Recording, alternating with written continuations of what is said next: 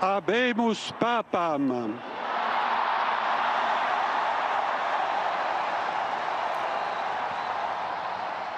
Eminentissimum, ac reverendissimum Dominum, Dominum Robertum Franciscum, Sancte Romane Ecclesiae, Cardinalem Prévost. Le cardinal Prévost. Qui sibi nomen imposuit Leonem decimum quartum. Dont le nom s'est imposé au 4e tour de scrutin.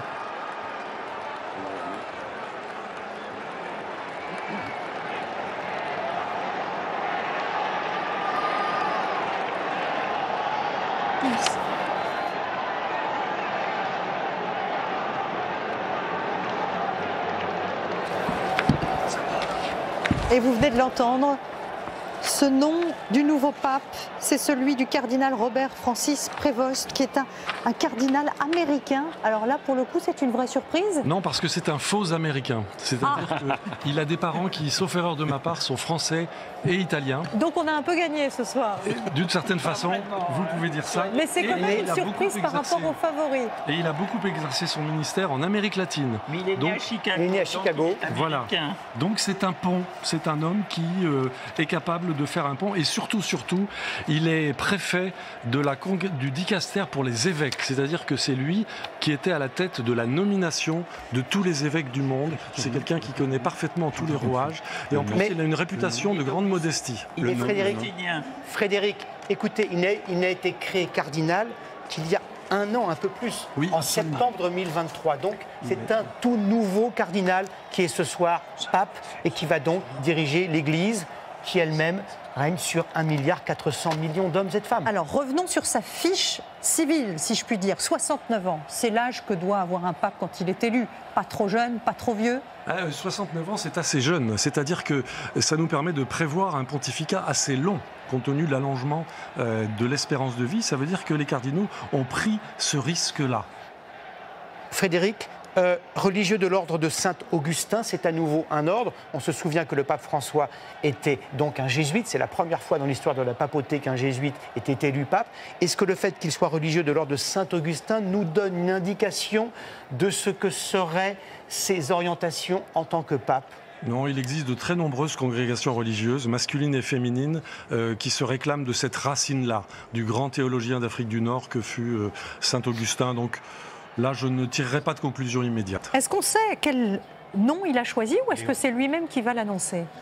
Léon XIV. Léon XIV. C'est la suite d'un pape qui s'appelle Léon XIII. Même si on succède à Pierre, on ne succède pas au pape. Rerum novarum. Le pape de l'engagement social de l'Église. Et je rejoins ce que disait notre ami M. Mounier, l'Église qui fait des ponts. Voilà, certainement un pape qui va lui aussi être le pontife, celui qui fait le pont. Léon XIII qui fut un très très grand pape, hein. Nous sommes à la fin du 19e siècle, et Léon XIII, nous sommes en pleine révolution industrielle, et il rédige une encyclique dans laquelle il dit le social est important, le sort des pauvres, le sort des démunis, le sort des ouvriers, des journaliers dans les exploitations agricoles est très important. Si l'on osait faire un exercice d'Uchronie, c'était un pape de gauche, un pape progressiste, Léon XIII, et qui a régné, si je puis dire, pendant de longues années. Je m'avance trop en traduisant cela. Au-delà, chers amis, des fiches Wikipédia qu'on est tous en train de lire. Non, mais Léon XIII, ce sont nos souvenirs d'histoire. Oui. Nous accueillons un successeur de Pierre. Léon XIV. C'est toujours Pierre qui revient, en fait. C'est le 267e. Une caractéristique de sa personnalité, et pardon pour avoir lu ça dans un article, on le dit timide et discret. Est-ce que c'est un handicap quand on va devoir vivre des bains de foule toutes les semaines ? Moi, je pense que c'est une chance. Et il faut rappeler, contrairement à ce que je disais tout à l'heure, qu'il s'agit bien d'un Américain. Et qu'un Américain, cet homme discret et modeste, sera face à Donald Trump. Et c'est ça qu'on va devoir observer. Et il est catholique, c'est une évidence, dans un pays, les États-Unis, où les églises protestantes, évangéliques, sont majoritaires et où le fait d'être catholique dans la vie politique, ce qui n'est pas son cas, ce n'est pas un homme politique, est plutôt un handicap. Il n'y a eu que 2 présidents catholiques, Joe Biden et John Fitzgerald Kennedy, en 200 ans d'histoire américaine. Et Sophie Chevalreau, vous êtes en direct avec nous, avec ces premières réactions. Que disent les personnes qui sont autour de vous de cette élection ? Eh bien, je suis avec des Italiens, Francesca et Riccardo. Cosa ne pensate adesso? Il nome del nuovo papa. Qu'est-ce que vous pensez du nouveau pape? Nous sommes très très heureux.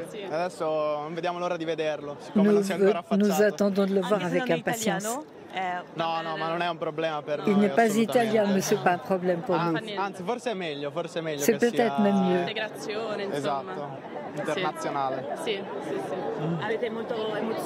Vous êtes très ému. Oui, j'en tremble. Oui. À peine avons-nous appris la nouvelle que nous avons couru ici. Nous allons attendre ensemble l'arrivée de ce nouveau pape dans quelques minutes. Est-ce qu'il est disruptif dans l'Église américaine, ce pape? Alors, parce qu'on dit que cette Église américaine, elle avait des tentations de prise de distance avec Rome. Alors non, cette Église américaine est aujourd'hui soumise à des tentatives de trumpisation. Oui. Et donc il y a des courants catholiques américains qui sont anti-européens, anti-démocratiques, anti-vax, voilà, et anti-parlementaires, et qui ont tenté une OPA sur l'Église américaine, ce que le pape a voulu démentir, puisque pendant qu'il était à Gemelli, il a nommé à Washington le cardinal McMurray, qui est donc archevêque de Washington, qui est tout à fait opposé à Donald Trump. Et un nonce français qui s'appelle Christophe Pierre, qui est de Cahors. Et puis peut-être faut-il raconter le fait que ce pape américain catholique est malgré tout une rareté. C'est-à-dire que l'implantation de l'Église catholique aux États-Unis par des WASP, des anglo-saxons protestants, a quelque chose de particulier. L'Église catholique aux États-Unis, c'est notamment une église de libération pour les esclaves après la fin de la guerre de sécession, qui trouve donc des prêtres qui créent des églises à partir de 1863-1865, et dans ces églises, on suit le rite catholique. Sophie Chevalreau, avec une américaine, c'est cela? Sophie, c'est à vous. Je suis avec une américaine, Julia. Bonjour. You're American. Yes. How do you feel Vous êtes américaine. The new pope is American. Que pensez-vous du fait que le nouveau pape soit américain? Je suis un petit peu inquiète parce qu'en Amérique, les positions peuvent être assez extrêmes et j'espère que ce pape sera libéral. Donc j'attends avec impatience d'en savoir plus sur lui. Vous pensez qu'il sera comme le pape François? Je l'espère. Je ne voudrais pas un pape conservateur. Je ne pense pas que ce serait une bonne chose. C'est une surprise pour vous qu'il soit américain? Oui, c'est une très grande surprise. Et puis les choses se sont passées très vite. Je pensais qu'il faudrait attendre plusieurs jours. Alors le fait que les choses soient allées si vite, je pensais que ce serait un pape italien ou européen qui serait élu. Je suis très surprise. Vous avez pu écrire à votre famille? Oui, j'ai sans doute des messages sur mon téléphone, mais pour l'instant, je veux vivre le moment. C'est exceptionnel d'être ici. Oui, nous allons dans quelques instants découvrir ce pape. Quelques minutes maintenant et tout le monde attend ça avec impatience. Beaucoup, Frédéric Mounier, premier pape américain de l'histoire, ça veut dire quelque chose ou pas? Premier pape américain de l'histoire, alors même que Donald Trump est en train de porter atteinte à la démocratie américaine et que J.D. Vance, catholique américain, vice-président, a été le dernier visiteur du pape François. Donc il s'agit là d'un signal très clair adressé par les électeurs à Donald Trump. C'est intéressant, il y a peut-être un... Les électeurs de Rome, les cardinaux, vous voulez dire. Oui. Et quel message? Explicitez-nous le message qu'ils veulent envoyer. Pour rejoindre ce que disait Gilles Boulot tout à l'heure, cette église catholique américaine, elle est de plus en plus hispanique et hispanophone. C'est une église de migrants, c'est une église qui accueille, c'est une église qui ouvre ses portes, alors même que Trump et J.D. Vance veulent fermer les portes. Je pense que le message est très clair. Et Pierre Servan, on parlait tout à l'heure de politique, de guerre, de géopolitique, mais le fait que ce pape soit américain, avec un président des États-Unis qui est sans doute le plus disruptif de l'histoire américaine, on peut s'attendre, dans une langue commune qu'est l'anglais, à des rencontres, comment dirais-je, disruptives, de fortes personnalités. Faisons peut-être le parallèle à ce qui s'est passé dans les années 80 et 1978, quand est élu Jean-Paul II, pape polonais, Karol Wojtyła, sous le glacis soviétique. Et là, ce qui se passe entre Karol Wojtyła, qui a l'onction papale, pourrait-on dire, et le pouvoir dans les pays de l'Est, est très important. Regardez, il arrive, le pape.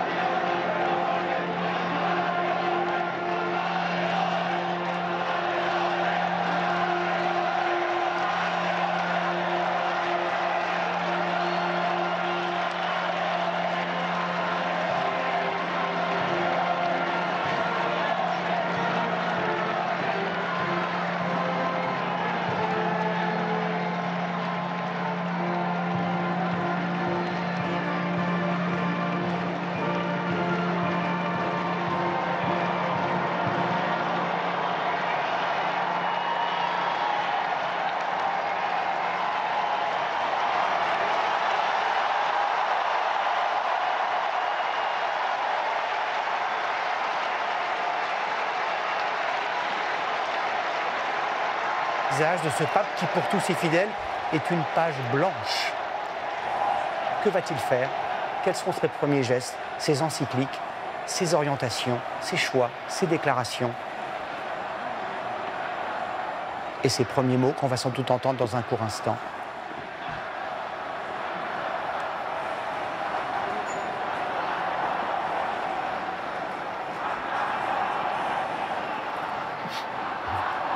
Allez, il va parler.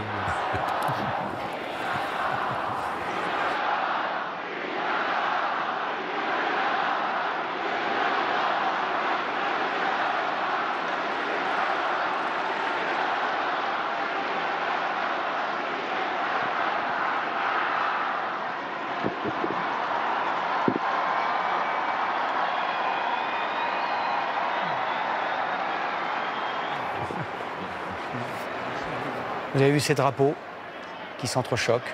Dans l'attente de la toute première déclaration du pape, on lui apporte un micro. Il va lire un texte qu'il a rédigé. Que la paix soit avec vous tous.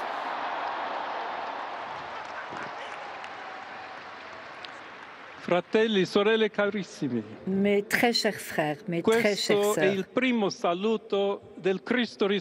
C'est le premier salut du Christ ressuscité, le bon pasteur qui a donné sa vie pour le troupeau de Dieu.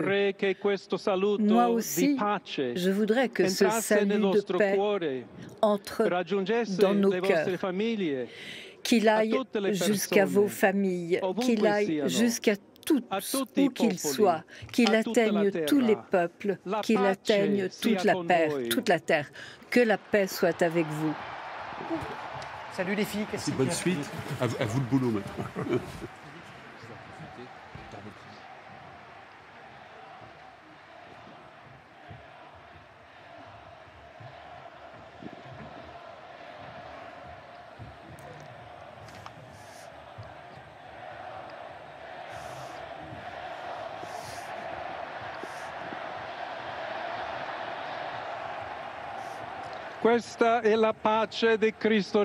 Ceci est la paix du Christ ressuscité, une paix désarmée, une paix désarmante, humble et persévérante.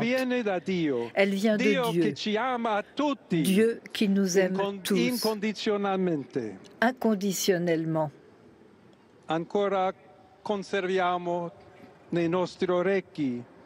Nous avons encore nos oreilles pour entendre la voix faible mais toujours courageuse du pape François qui bénissait à Rome.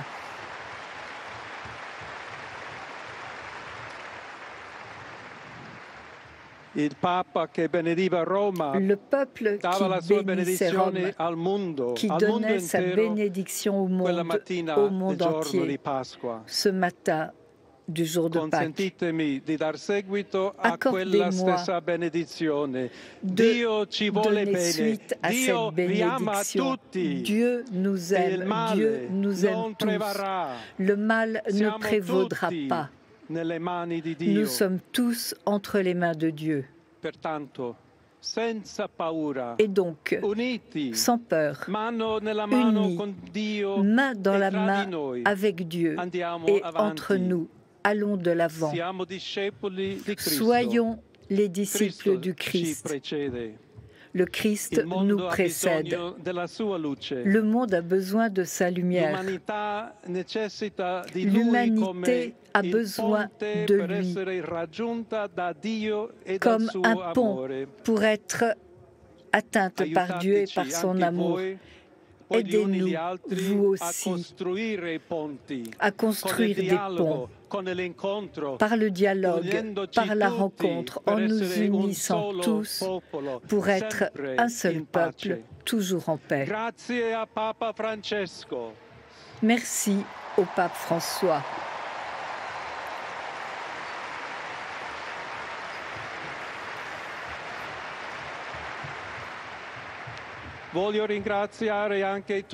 J'aimerais remercier aussi tous mes confrères cardinaux qui m'ont choisi pour être le successeur de Pierre et marcher avec vous en tant qu'Église unie, recherchant toujours la paix, la justice, cherchant toujours à travailler en tant qu'hommes et femmes fidèles à Jésus-Christ, sans peur, pour proclamer l'Évangile, pour être des missionnaires.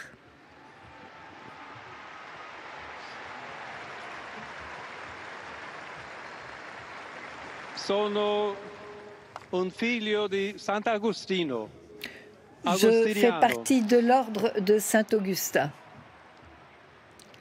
Je suis un fils de Saint-Augustin qui a dit « Avec vous, je suis chrétien ». Et pour vous, évêques, en ce sens, nous pouvons tous avancer ensemble vers cette patrie à laquelle Dieu nous a préparés.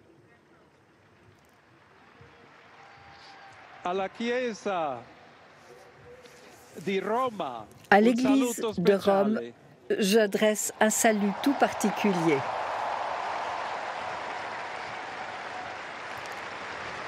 Nous devons chercher ensemble à être une Église missionnaire, une Église qui construit des ponts avec un dialogue toujours ouvert, toujours prête à recevoir, comme cette place, les bras ouverts, tous ceux qui ont besoin de notre charité, de notre présence, du dialogue et de l'amour. Et si vous me le permettez, j'aimerais également, en espagnol, saluer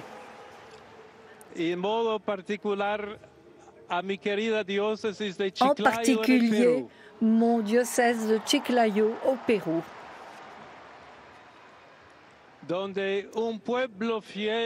où un peuple fidèle a accompagné son évêque, a partagé sa foi et a tant donné pour rester une Église fidèle à Jésus-Christ. À vous tous, chers frères et chères sœurs de Rome, d'Italie, du monde entier, je dis que nous voulons être une Église synodale, une Église qui avance, une Église qui cherche toujours la paix, qui cherche toujours la charité, qui cherche toujours à être proche, notamment de ceux qui souffrent.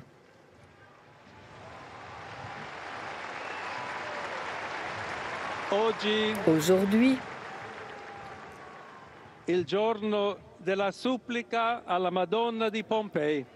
de la supplique à la Madone de Pompée, notre mère Marie veut toujours marcher avec nous, être proche de nous, nous aider par son intercession et son amour.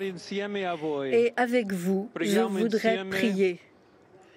Prions ensemble pour cette nouvelle mission, pour toute l'Église, pour la paix dans le monde. Et demandons à Marie cette grâce spéciale, à Marie, notre Mère. Je vous salue Marie, pleine de grâce, le Seigneur est avec vous. Vous êtes bénie entre toutes les femmes et Jésus, le fruit de vos entrailles, est béni. Sainte Marie, Mère de Dieu, priez pour nous, pauvres pécheurs, maintenant et à l'heure de notre mort. Ainsi soit-il.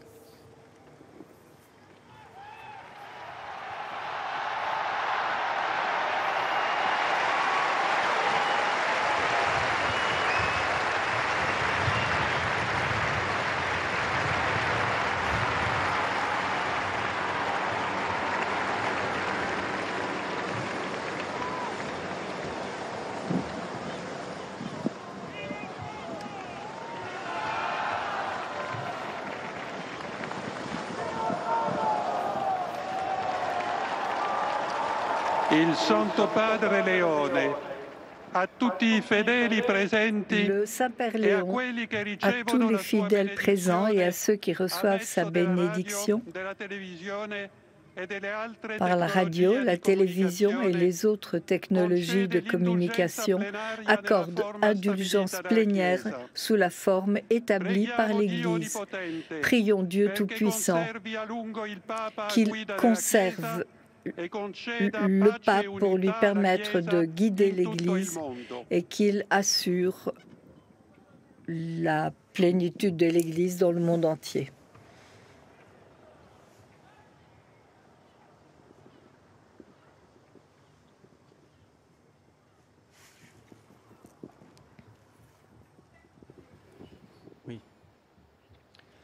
Sancti Apostoli Petrus et Paulus, de quorum potestate et auctoritate confidimus, ipsi intercedant pro nobis ad Dominum. Amen. Precibus et meritis Beate Mariae semper Virginis, Beati Michaelis Arcangeli, Beati Ioannis Baptiste, et Sanctorum Apostolorum Petri et Pauli et omnium Sanctorum, misereatur vestri omnipotens Deus, et dimissis omnibus peccatis vestris, perducat vos Iesus Christus ad vitam aeternam. Amen. Indulgentiam, absolutionem et remissionem omnium peccatorum vestrorum, spatium vere et fructuose penitentiae, cor semper penitens, et emendationem vitae, gratiam et consolationem Sancti Spiritus, et finalem perseverantiam in bonis operibus tribuat vobis omnipotens et misericors Dominus. Amen. Et benedictio Dei omnipotentis, Patris et Filii et Spiritus Sancti descendat super vos et maniat semper.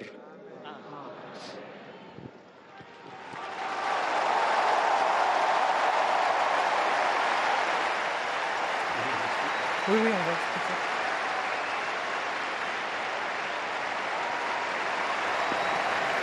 Père Amar, est-ce que vous pouvez nous aider à décrypter ce qui vient de se passer? Qu'est-ce qui vous a marqué particulièrement dans ces premiers mots du pape Léon XIV? Alors d'abord, ce qu'on vient de vivre, c'est le rite de la bénédiction. C'est ce que fait le prêtre lorsqu'il bénit un mariage, lorsqu'il bénit un baptême. Il prend sa main, il bénit. Et bénir, c'est le contraire de maudire. C'est-à-dire qu'on souhaite du bien aux personnes qu'on rencontre. Et donc, grâce à la technique, aux caméras du monde entier, eh bien, le pape bénit Rome, la ville, et puis bénit le monde. Urbi et orbi en latin. Et donc, on a reçu ensemble, croyant ou pas, la bénédiction du premier curé du monde, le pape Léon XIV. Léon XIV qui, dans ses tout premiers mots, souhaite la paix à tous ceux qui sont là. Et le mot paix va revenir plusieurs fois dans son discours. Et vous vous souvenez, Anne-Claire, ce que je vous disais à l'instant, il y a quelques minutes, nous sommes le 8 mai, on commémore ensemble la fin d'une guerre atroce. Il y a certainement un raccourci là, du destin, de la providence. Le 8 mai 2025, un nouveau pape souhaite la paix à ce monde, souhaite créer des ponts, disait-il. Il y a quelque chose de très fort. Et il souhaite une paix désarmée, désarmante. Là, on est dans la continuité du discours du pape François. Absolument. Tous les mots prononcés par Léon XIV s'inscrivent dans la continuité du pape François. Il a parlé d'une église synodale. Il a à plusieurs reprises expliqué qu'il fallait dialoguer, qu'il fallait que l'église ait les bras ouverts. C'est très clairement un héritier du pape François. D'ailleurs, il l'a remercié, ce pape François. Ça, c'est la règle un peu. C'est un diplomate. 2 fois. Oui, mais bon, ça, c'est normal. Je retiens avec vous qu'il a parlé italien, puis il a parlé espagnol, il n'a pas parlé anglais. Voilà, il est déjà dans son rôle. Et il a parlé latin. Et il a parlé en latin. Et on va laisser parler une autre langue, qui est la musique, quelques instants, et on revient évidemment sur ce discours. Placé.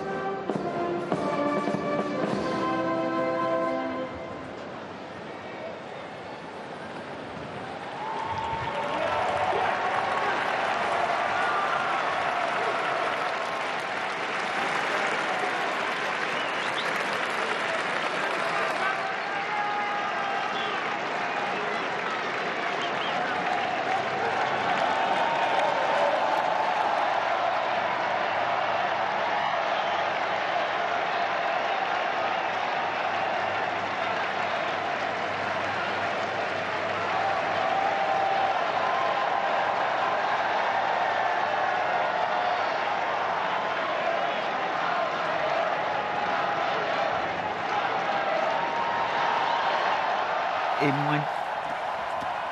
Revenons donc maintenant sur le discours, les premiers mots de ce pape Léon XIV qui vient de quitter le balcon. On le disait, il a prêché une paix désarmée, une paix désarmante. Il s'est aussi exprimé en espagnol et ça c'est très important. Il faut rappeler que c'est au Pérou, quand il était au Pérou lui-même, que le pape François l'avait repéré. Le Pérou, c'est encore l'Amérique latine, hein. Oui, c'est à nouveau l'Amérique latine, et l'Amérique latine, c'est un lieu d'innovation, c'est un lieu de réflexion théologique, c'est aussi un lieu de grande piété populaire, et Léon XIV s'inscrit précisément dans cette lignée-là. C'est vraiment un pont, comme disait le père Amar tout à l'heure. Son père est français, sa mère est italienne, il est lui-même américain, il a vécu son ministère pendant 20 ans en Amérique latine, et il parle de dialogue. C'est un citoyen du monde, en fait. Mais ce qui est intéressant, c'est qu'il était évêque il y a 10 ans. Donc l'accélération du temps, il a été donc nommé évêque quand le pape est allé donc, dans son pays. Il a dû effectivement le repérer. Et 10 ans après, il est pape. C'est-à-dire que c'est une carrière, je sais pas, fulgurante en 10 ans en réalité. Et il a dit par ailleurs que la cléricalisation des femmes ne résout pas le problème des femmes. Oui, alors c'est ça. Il est sur la même ligne du pape François là-dessus. Il n'est pas pour les femmes diaconesses, mais il est pour une plus grande place des femmes dans l'Église. Lui-même, je crois, on a recruté quelques-unes dans son dicaster. Oui, mais il n'y en a aucune qui a un rôle important. Et celle qui est à la tête de l'économie du Vatican, elle est pas coiffée, mais elle est doublée par un homme. Ils sont deux. Donc il est prudent. Il préserve l'unité de l'Église. Et ça sera peut-être un pontificat de sagesse. Et on écoute les cloches qui sonnent à Saint-Pierre.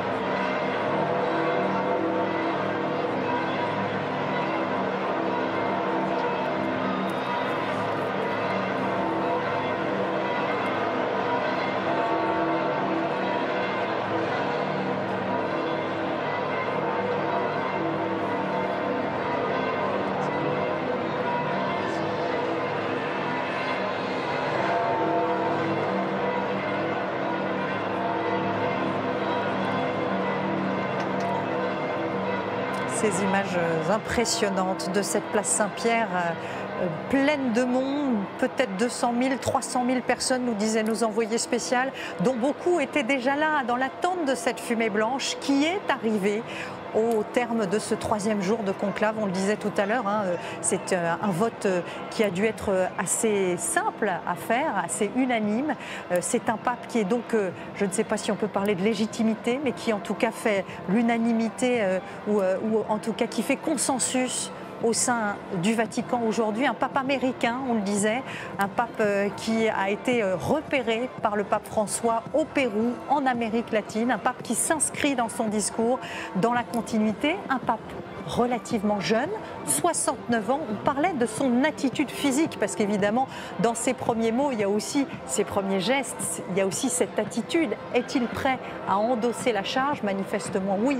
Oui, c'est manifeste. Cet homme semble à l'aise avec la charge qui vient de lui tomber dessus, en quelque sorte. Il s'exprime bien. On a vu qu'il était ému, on a vu que ses yeux étaient embués, on a vu que sa gorge était serrée, mais en même temps, il était tout à fait serein, et son texte était un texte qui a été lu de façon tout à fait détendue. Il y a quelque chose de rassurant dans sa stature physique. Est-ce que, sans manquer de respect évidemment au pape François, on peut dire que l'Église avait aussi besoin d'un pape plus en forme, un pape avec peut-être de l'énergie à mettre dans ses missions?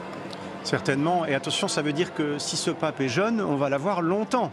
Donc laissons-lui aussi le temps de dérouler non pas son programme, parce que son programme il s'appelle l'Évangile, mais laissons-lui le temps de se faire connaître et de dérouler ses convictions, ses valeurs.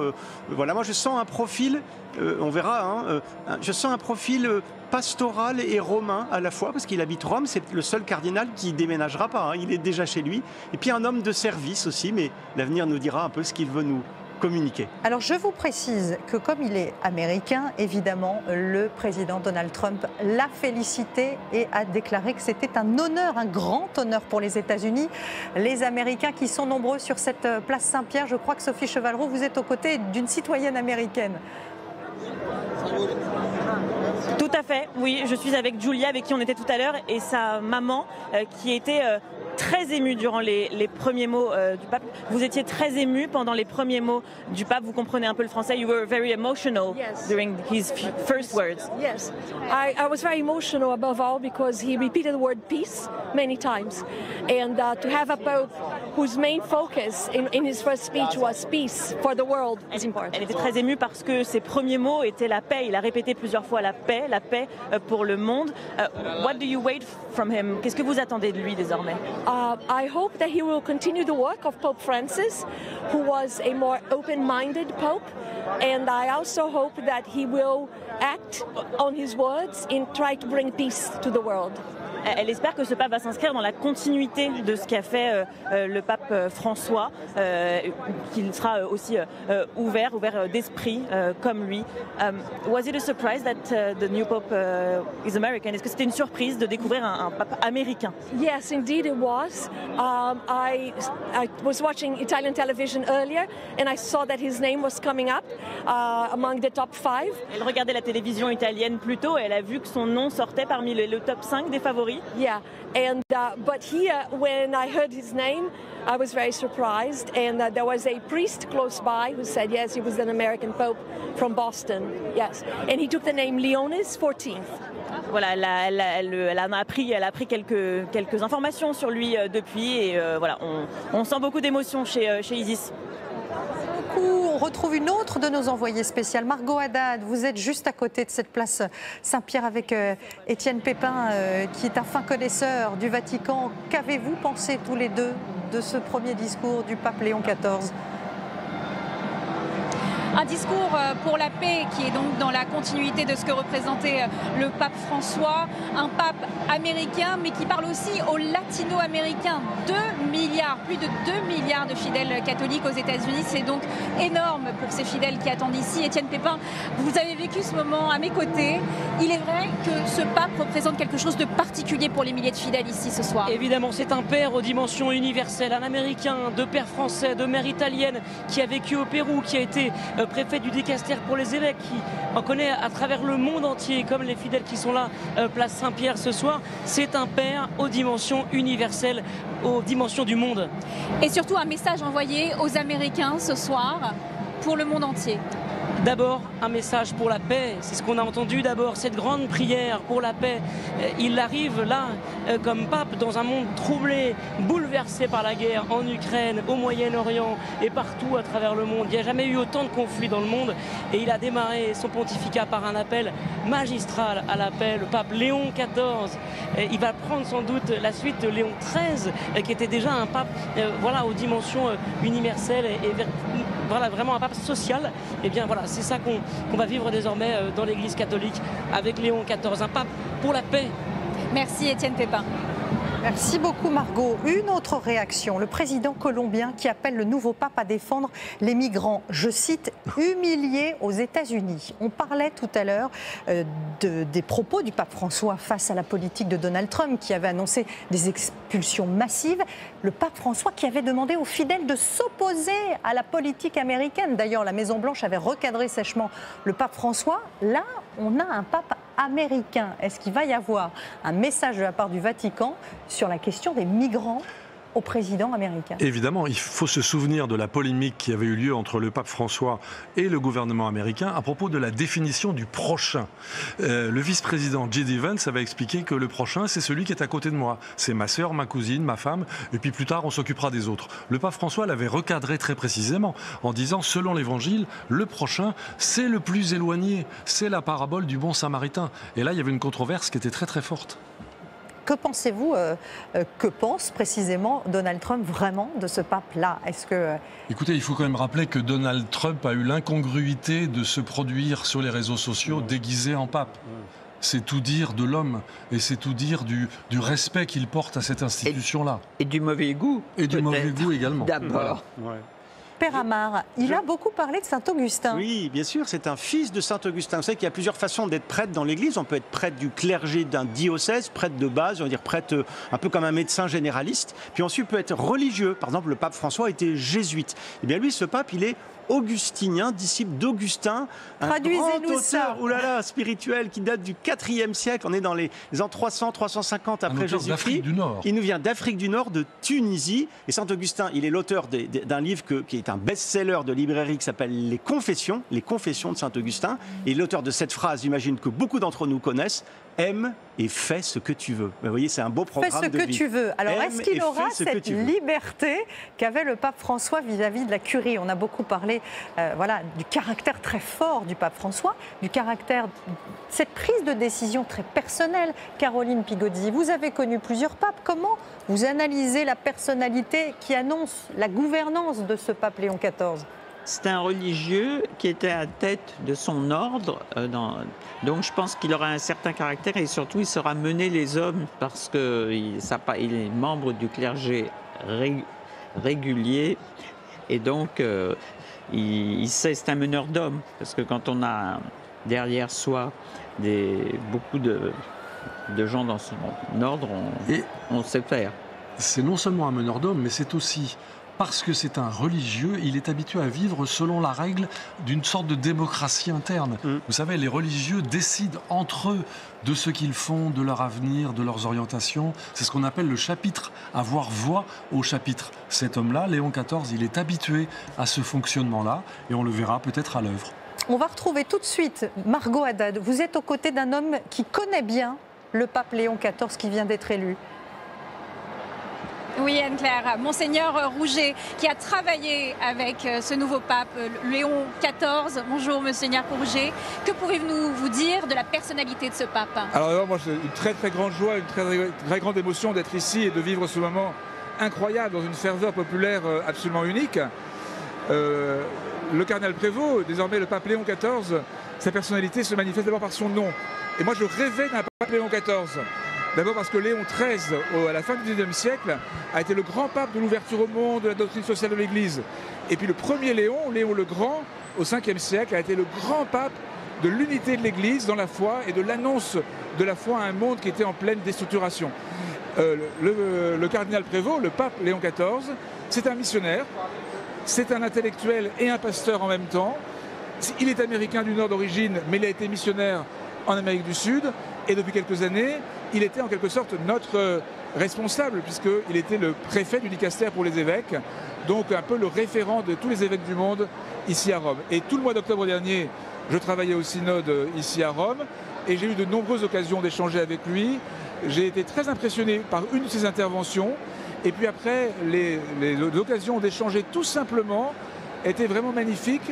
Cet homme rayonnait d'intelligence, de profondeur et d'humilité. On parle d'un homme calme, paisible, c'est ça sa personnalité? Alors, c'est un homme doux, paisible, mais je dois dire que j'étais en même temps très impressionné par son autorité, par sa chaleur, par la force de sa voix, et je pense qu'il a conquis immédiatement les cœurs.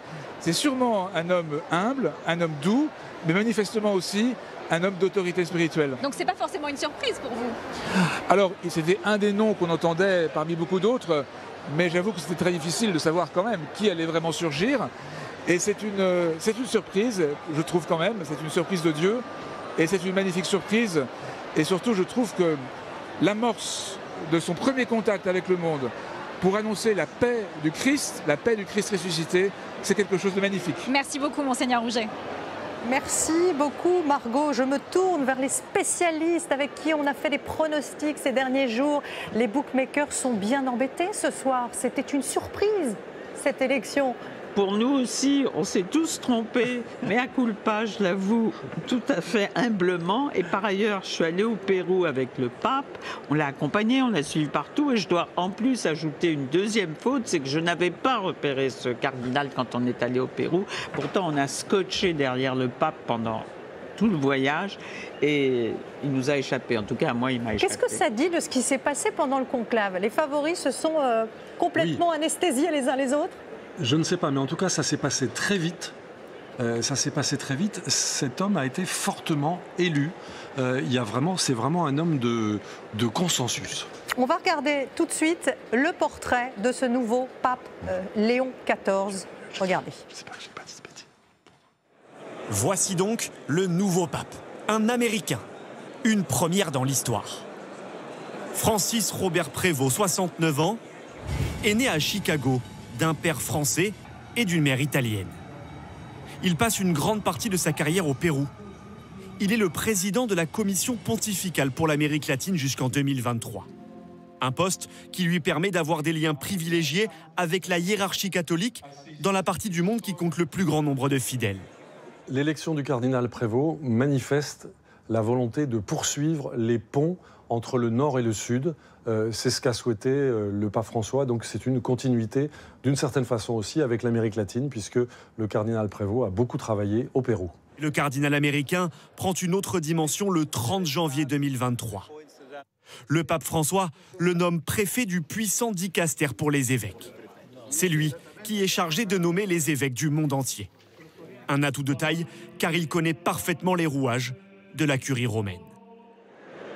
Voilà pour ce portrait de ce nouveau pape Léon XIV, pape américain et prêtre aussi américain. En un mot, Caroline, qu'est-ce que vous avez retenu de ce premier discours ? C'est assez rafraîchissant, c'est quelque chose de tout à fait nouveau, c'est un autre style et moi j'ai toujours entendu que ça ne serait jamais un pape américain parce que les Américains étaient trop puissants dans le monde et je trouve que c'est formidable parce que ça a créé un contre-pouvoir au président Trump et ça c'est formidable. Frédéric. Le dialogue, la paix et les bras ouverts. Père Amar, qu'est-ce que vous avez retenu de ce discours ? On a vu un homme très en forme, il a 69 ans, il est relativement jeune, il s'est exprimé, on le dit timide, mais il s'est exprimé avec une aisance incroyable. Il a déjà embrassé cette vocation, cette charge. C'est vrai. D'abord, trois choses. Émotion, d'abord, évidemment. Émotion, parce que ça fait 3 semaines qu'on est là à regarder Rome, à attendre. Ça fait 3 semaines que les cardinaux sont à Rome aussi. Ils ne sont pas à Rome pour manger des pizzas et des glaces. Ils sont à Rome pour se reconnaître, se rencontrer, analyser ensemble la situation du monde et de l'Église, partager. Et au bout d'un processus spirituel, et au bout d'une retraite, au bout de cette rencontre à la Sixtine, ils ont élu le 267e successeur de Pierre. Donc grande émotion. Pour moi, vous avez eu la gentillesse de ne pas me filmer tout à l'heure, mais j'avoue que j'ai été très ému. Deuxième chose, rapidement, la rapidité du processus, c'est-à-dire vos spécialistes l'ont relevé, hein, il a été élu très rapidement. Et puis la troisième, le calme apparent de ce pape. Merci beaucoup. Pardon, je vous coupe, mais évidemment, on se quitte sur ces images de Liesse et restez avec nous puisque dans un instant, Gilles Boulot reviendra sur ces images et cette élection. À tout de suite.